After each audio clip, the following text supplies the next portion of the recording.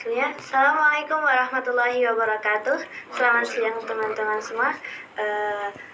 Di sini saya akan menjadi host podcast kali ini dengan tema Ramadan in Campus yang akan ditemani saya sendiri, Mutia Nazula, dan Bapak Fadli dan Mas Rama. Nah, Ramadan adalah bulan suci yang sangat ditunggu-tunggu oleh umat Muslim. Nah,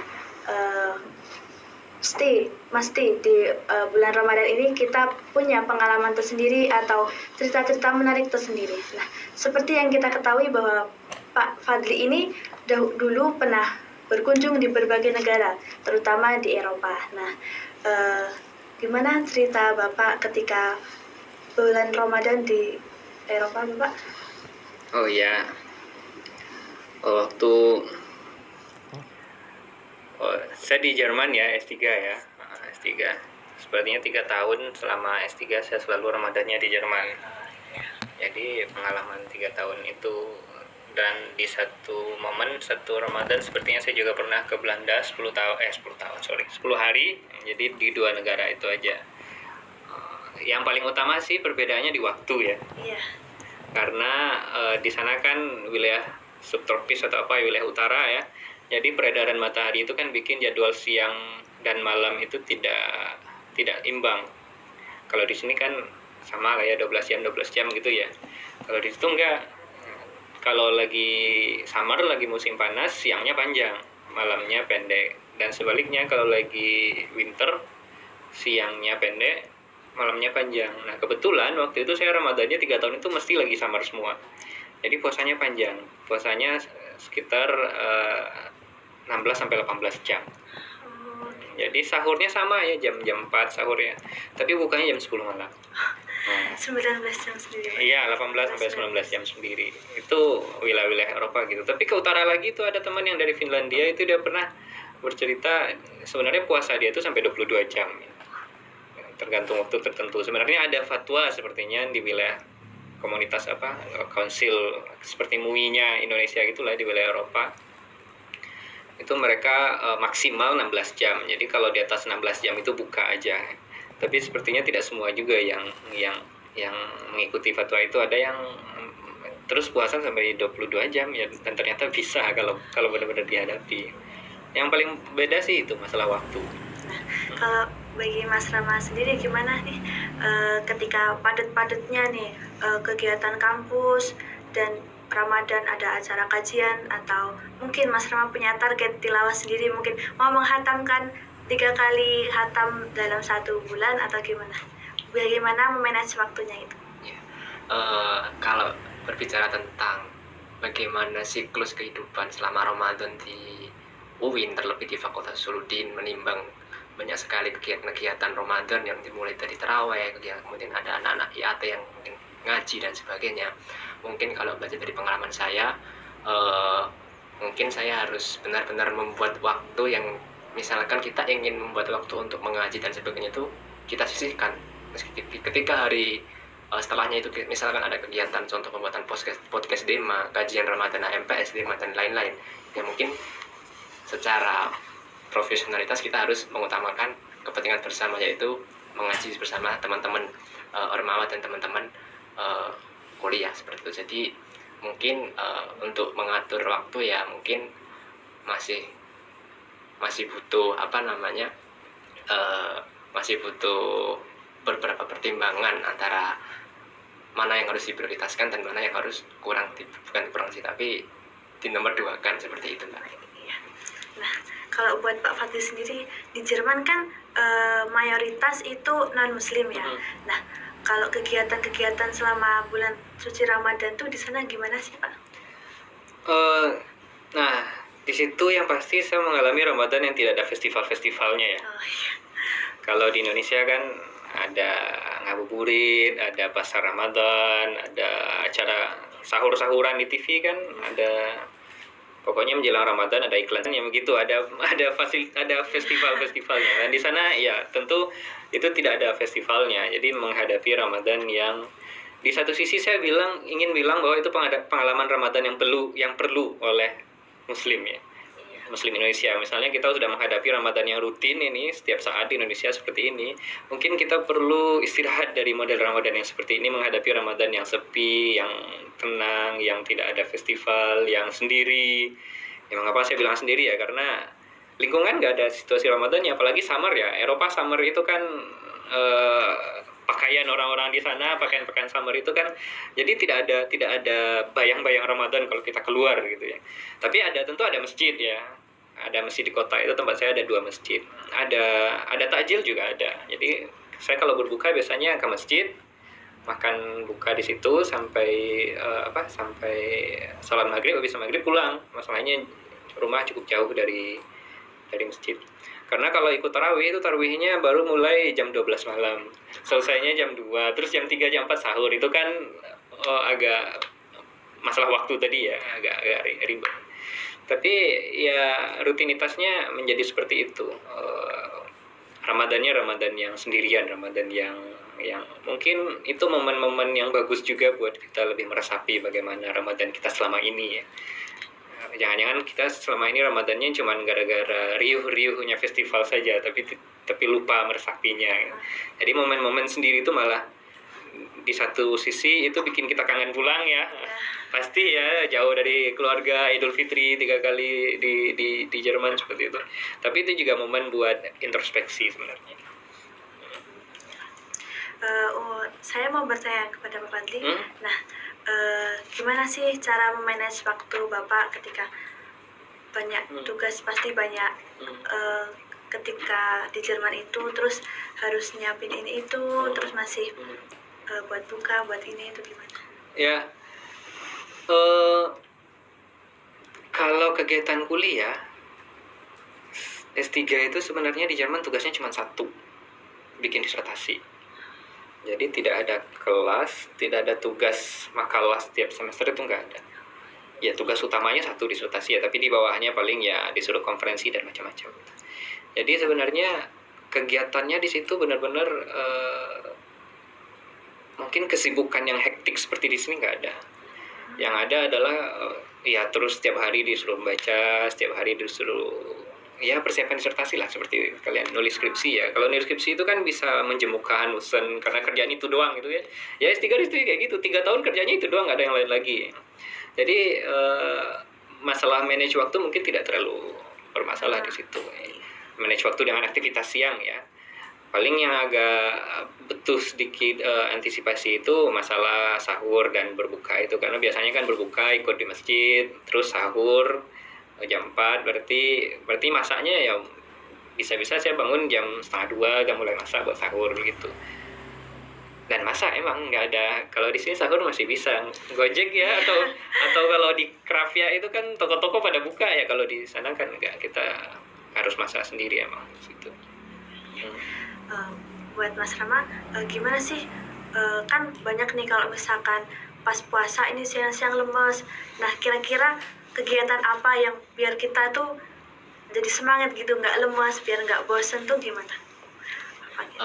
Sebenarnya kalau kita berbicara tentang bagaimana cara mengatasi lemas ketika siang, itu yang pertama kembali ke energi apa yang kita habiskan sebelumnya. Ini ada produknya? Nggak ada ya? Nggak ada, kirain ada produknya ya? Oh iya. Dan juga bagaimana misalkan jam tidur, jam istirahat, dan juga pola kegiatan yang lain. Tapi saya punya satu kunci Mbak, maksudnya kita itu minimal harus memperbanyak minum air putih gitu. Setidaknya meskipun kita tidak makan banyak, ataupun kita kurang jam tidur, setidaknya kita tuh mempunyai kayak banyak cairan seperti itu. Jadi ketika siang hari, ketika panas, ketika banyaknya kegiatan, itu cairan itulah yang akan membuat kita, ini bukan promosi atau apa, cuman saya punya pengalaman gitu ya, karena yang memang banyak sekali kegiatan dan juga kita harus benar-benar menjaga imun dan juga menjaga stamina. Di sisi lain, ketika jam tidur kita juga berkurang.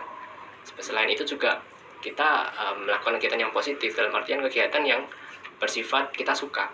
Ketika kita suka kegiatan tersebut, maka kita akan ada suatu rasa untuk tidak akan mencapai suatu rasa lelah gitu. Nah, kita suka sama sesuatu, kita akan melakukan itu sebagai suatu hal yang hobi, bukan suatu tanggungan. Nah, itu akan menaikkan psikis dan juga stamina kita, karena kita senang seperti itu. Yang pertama karena air putih, yang kedua karena kita melakukan apa yang kita suka. Seperti itu mungkin dari saya. Ada saran nggak nih? Saya minta jawaban Iya, dari Pak Fadil monggo. dan Mas Rama buat ngisi apa ya? Biasanya kan kuliah cuma sampai pagi dan sampai sore. Untuk mengisi kekosongan di sore hari ada kegiatan nggak sih? Misalkan nanti di IAT disuruh ngajar di TPA TPA gitu. Saran kegiatan yang bermanfaat gitu. Pak Fadli monggo. Iya. Oh, monggo. ya apa aja sih, ngerjain apa aja. Yang santai tapi ya mesti ya. Jangan yang cool ya. Jangan apa, yang santai aja menurut saya. Ya yang senang baca ya baca buku lah, baca buku, cari buku-buku yang santai. Yang ada beraktivitas di TPA ya silahkan, kan sore itu waktu TPA juga. Yang penting jangan tiduran sih sebenarnya. Kalau tiduran di jam-jam seperti itu justru kadang-kadang pusing nggak sih? Iya. Iya pusing. Apalagi kalau udah dari zuhur tidur sampai 3-4 jam itu biasanya malah pusing kan ya. Tidur lah, tidur sejam 2 jam ya. Terus ya lakukan hal-hal yang santai-santai aja, yang enjoy gitu. Kalau dari saya, mengingat kita tinggal di tempat yang istimewa yaitu Jogja.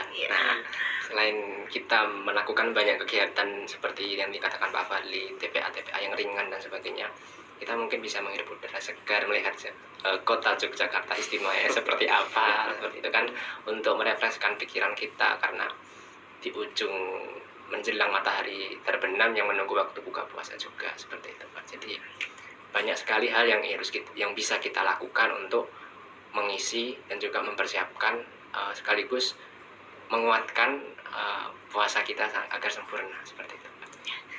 Saya masih kepo nih Pak sama Ya. perjalanan Bapak waktu kuliah di Jerman. Nah, kan di sana mayoritas itu non Muslim.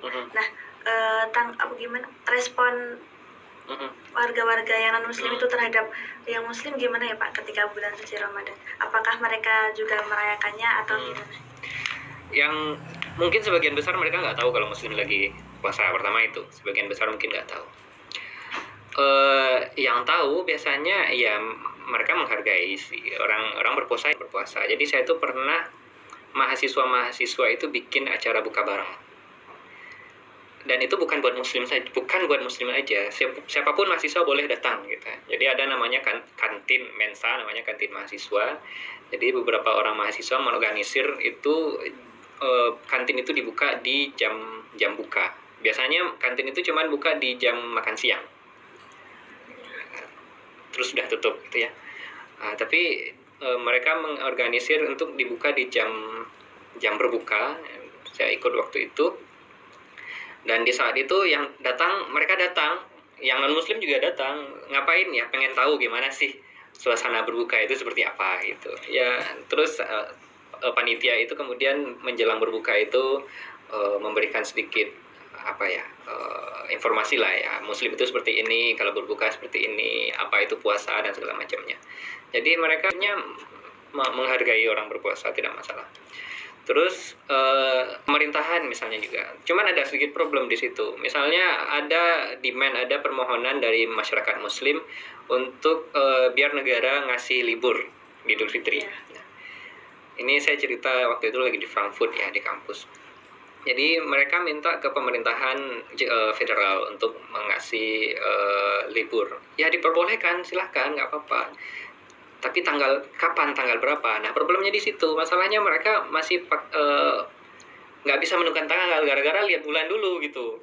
Kapan liburnya? Ya, masa besok libur, sekarang saya kasih tahu ke pemerintah dikasih tanggal merah libur, nggak mungkin. Jadi harus di awal tahun. Cuman ya waktu itu mereka masih belum menemukan solusi untuk itu. Ya nggak tahu ya apakah mereka emang tidak bisa menggunakan hisab seperti itu. Tidak, nggak tahu. Cuman paling tidak dari itu saya melihat bahwa sebenarnya pemerintah memiliki menghargai hal itu ya. Sudah ada kampus, sudah ada pendidikan agama seperti TPA gitu lah, pendidikan agama untuk muslim. Mereka belajar ngaji, belajar sholat dan segala macamnya. Pas puasa juga gitu, pas Idul Fitri minta libur juga sebenarnya dikasih gitu. Cuman ya muslimnya sendiri juga belum sepakat di sana waktu itu, urusan hilal dan ru'yah seperti itu. Jadi pada prinsipnya dihargai sih, tergantung bagaimana kitanya menghadapi hal itu. buat Mas Rama sendiri gimana sih tanggapannya ketika melihat ada non-muslim yang mereka kurang menghargai kita berpuasa, misalkan pamer, puasa, ayo kita minum es gitu, gimana responnya gitu? Oke, terima kasih. Sebelum saya ingin sedikit menceritakan tentang di Selokan Mataram, Iya. di tempat saya. Kebetulan di sana kan ada satu tempat ibadah gereja yang besar. Contoh kan kemarin kan Paskah, Iya. di mana warga di situ tuh mereka menghormati Paskah dalam artian mereka menutup jalan, mereka menutup gerbang. Tapi mereka juga menghargai kita sebagai orang muslim dalam artian ketika mungkin mereka paham waktu-waktu untuk mencari buka puasa, untuk mencari sahur, mereka membukakan. Dalam hati saya, oh ternyata masih ada orang-orang yang mempunyai rasa toleransi tinggi antar umat beragama gitu. Tapi ketika kembali ke pertanyaannya Mbak Pinta tadi, misalkan ada bagaimana ketika ada orang-orang yang non muslim yang kayak mereka itu kurang menghargai perbedaan gitu. Nah, itu sebenarnya kalau kita berkaca dari sudut pandang saya sebagai seorang muslim, mungkin ya saya tetap mencoba untuk berpikir positif seperti itu. Mungkin karena candaan, iya, gitu mungkin karena memang ya itu kan mungkin tapi tetap semua agama itu mengajarkan kebaikan gitu. Tetap mengajarkan rahmatan lil alamin, bukan rahmatan lil muslimin. Ini kan rahmat bagi seluruh alam, bukan sebagai rahmat bagi seluruh muslim. Mungkin kembali pada kita untuk menyikapinya. Karena kalau kita menyikapi terlalu berlebihan atau gimana, mungkin juga akan menimbulkan reaksi yang berlebihan juga. Tapi kalau kita mencoba untuk berpikir positif terhadap segala apa yang terjadi pada kita, itu mungkin juga akan baik juga sih positifnya gitu. Mungkin seperti itu. Nah, ini saya minta pesan atau mungkin penyemangat buat teman-teman kita semua yang mendengarkan podcast kita ini, biar termotivasi mau berkuliah di luar negeri, karena mungkin banyak yang nggak mau karena di sana kalau misalkan Ramadan di sana puasanya lama, nanti saya jadi nggak semangat gimana. Mungkin Bapak bisa memberikan motivasi atau bagaimana ya? Kalau terkait Ramadan tadi, seperti saya bilang tadi, paling tidak kita perlu menghadapi Ramadan yang berbeda seperti yang kita hadapi selama ini. Karena pengalaman yang berbeda itu menjadi momen kita untuk meresapi lebih dalam tentang kehidupan kita sendiri ya.